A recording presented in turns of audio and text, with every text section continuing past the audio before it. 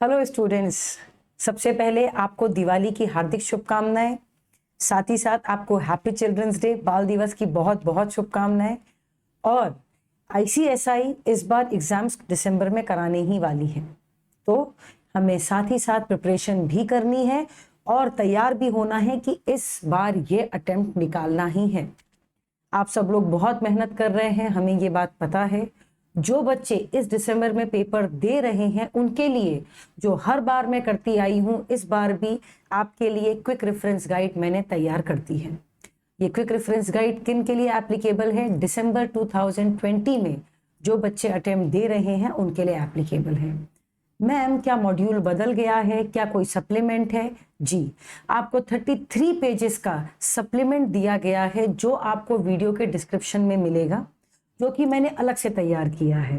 उसके अपार्ट जो आपका मॉड्यूल है जो दिसंबर 2020 के लिए एप्लीकेबल है, उसके लिए मैंने ये रेफरेंस गाइड तैयार किया है।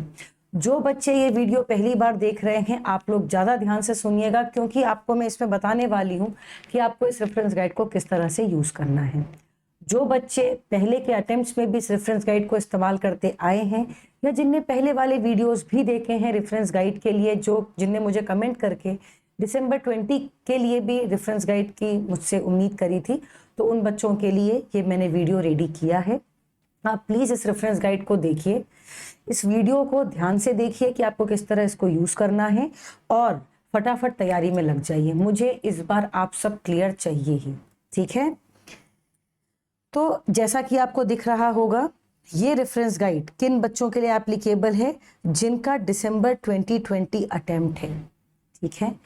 मॉड्यूल वही है, 33 पेजेस का एडिशनल एक सप्लीमेंट आईसीएसआई के द्वारा इशू किया गया है, ठीक है? जो एडिशन मॉड्यूल मतलब स्टडी मटेरियल का जो एडिशन है, वो कब का एडिशन है? फेब 20 का एडिशन है, ठीक है? ये छोटी छोटी चीजें हैं जो ध्यान रखने की हैं, और आपको अपने मॉड्यूल्स, जो भी कुछ बच्चे ऐसे भी हैं जिनके पास पुराना स्टडी मटेरियल है और वो नया स्टडी मटेरियल जो अपलोड हुआ है उसका प्रिंट ले जाने वाले हैं, तो प्रिंट करने के पहले बच्चों देख लेना। वैसे मैंने वीडियो के डिस्क्रिप्शन में अलग से मॉड्यूल जो स्टडी मटेरियल है उसका लिंक डाल दिया है, आप वहां से वही ऑथेंटिक स्टडी मटेरियल डाउनलोड करें। 33 पेजेस का जो सप्लीमेंट है उसका भी लिंक पड़ा है, और इस रेफरेंस गाइड को आप कहाँ से डाउनलोड करेंगे इसका भी लिंक पड़ा हुआ है।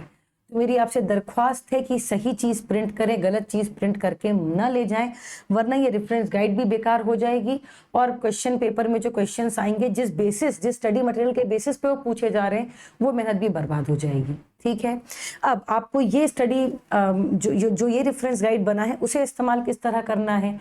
आप सभी को पता है कि टोटल 8 डिविजन्स हैं। कितने डिविजन्स हैं? इस ओपन बुक एग्जामिनेशन में जो ये पर्टिकुलर मॉड्यूल है, इसका नाम क्या है? Multi disciplinary case study open book paper, ठीक है? इस स्टडी मटेरियल का नाम क्या है? Multi disciplinary open book paper, ठीक है?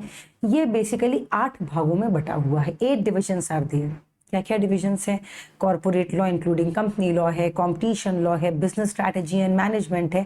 ऐसे डिफरेंट डिविजन्स में पूरा का पूरा आपका ये जो बुक है वो बटी हुई है।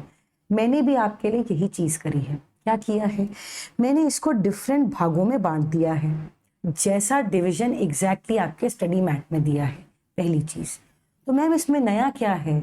बच्चों, इसमें सारी चीज़ें अल्फ़ाबेटिकली और एक सिस्टमैटिक वे में ऑर्डर कर दी गई हैं। मतलब जैसा आपको इस डिवीजन में दिख रहा होगा, कंसेप्ट, थियरी या केस लॉ, ये पहला डिवीजन हुआ। पहला टेबल का पहला रो आपको क्या बता रही है?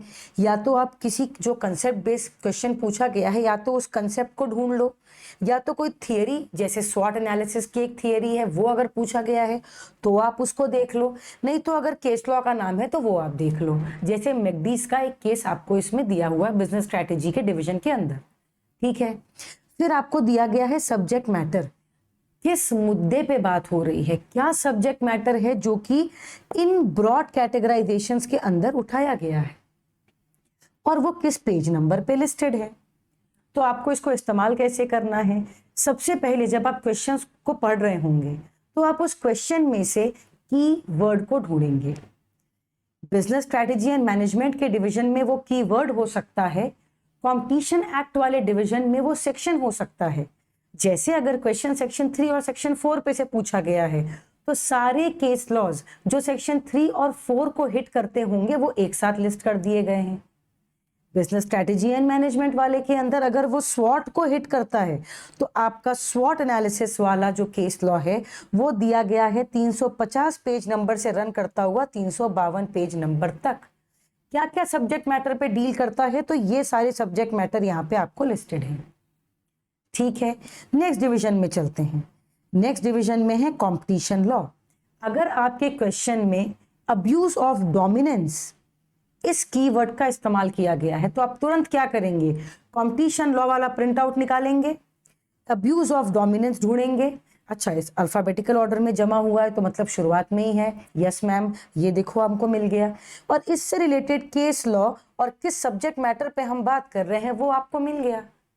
मैम पेज नंबर बाजू में दिया हुआ है। समझ में आया आपको इसको किस तरह इस्तेमाल करना है? मैम एक एग्जांपल और दीजिए। चलो एक एग्जांपल और लेके देखते हैं।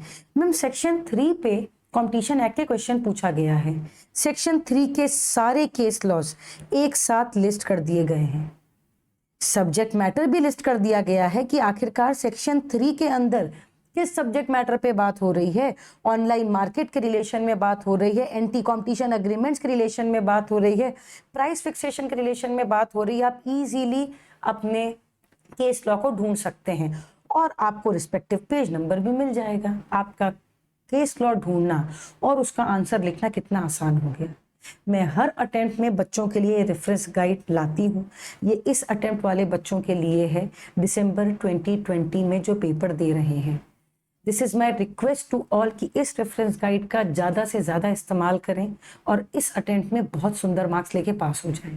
ठीक है, जैसे 2020 ईयर थोड़ा सा अप्स एंड डाउन से भरा हुआ रहा तो अब भी टाइम है। मेहनत अगर अच्छी तरह करोगे, रेफरेंस गाइड का अच्छी तरह इस्तेमाल करोगे तो बहुत अच्छे मार्क्स से क्लियर हो सकते हैं हम लोग, है ना।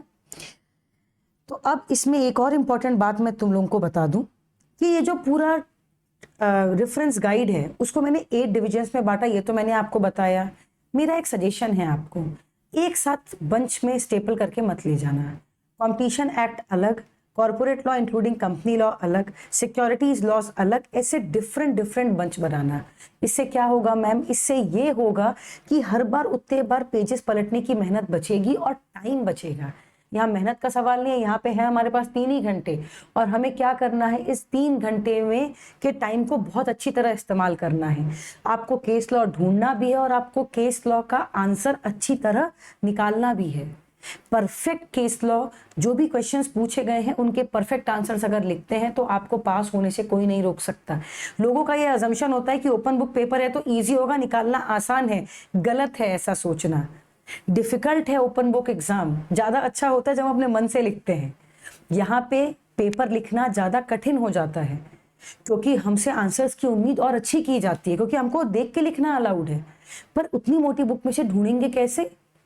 300 350 पन्ने की किताब है, कहाँ तक ढूंढते बैठेंगे, हर पन्ना पलटते बैठेंगे? नहीं।